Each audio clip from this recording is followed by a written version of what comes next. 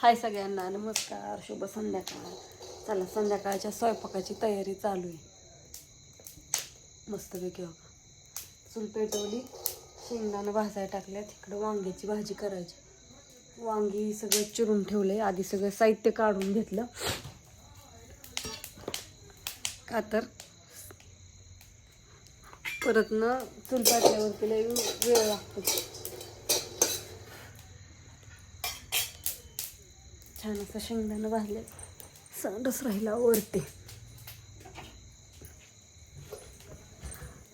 म्हणता ना आत्या आणि बापू कुठे गेला तर आत्या इथं वस्तीवरती आमच्या इथं शेजारी कार्यक्रम आहे, तिथं गेले तर ज्ञानेश्वरी दोघी जणी. बापू घरात झोपल्यात तिकडं फोनवर बोलतात. मी कुरलेली टाकायला गेली, मला यायला उशीर झाला.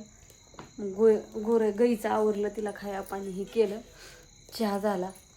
आणि बापू कोथिंबीर लावत होतं. बापूंनी तिकडं कोथिंबीर ही लावून झाकून ठेवली, कारण का सकाळ मार्केटला न्यायची आहे. आणि माझं आता वांग शिजायला घालते. वांग शिजायला घालून भाकरी टाकायच्या 2-4.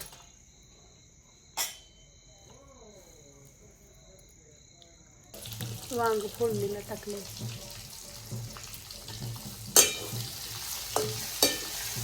थोडंसं भरलेलं वांग करावं म्हणलं, छान असं.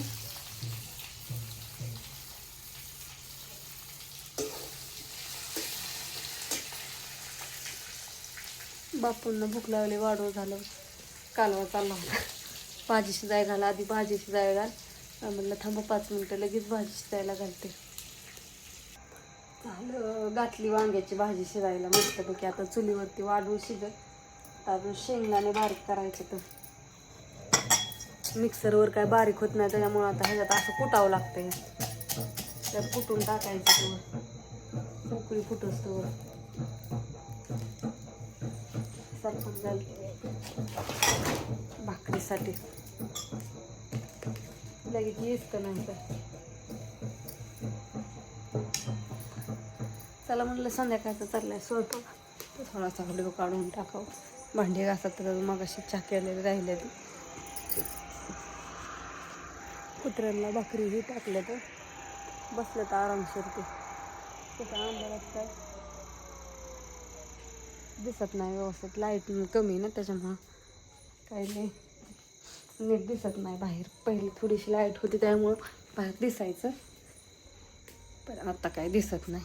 छोटासा व्हिडिओ काढून टाकलाय. बापू झोपला, आता लवकर यायचं नाही तिकडं. आता मी हाका मारल्याशिवाय जावा भाकरीला बसून तर हाका मारल्या तेव्हा येतील. आता थोडा आराम चाललाय त्यांचा. आता चलू द्या, माझं पण चाललंय हे काम. आत्याला पण उशीर होईना, आता काय आत्या लवकर यायचं नाही. आपलं एकटीचाच बाजा, अन्नाचा चाललाय तिकडं अभ्यास. असून द्या. बाय सगळ्यांना, गुड नाईट, शुभरात्री.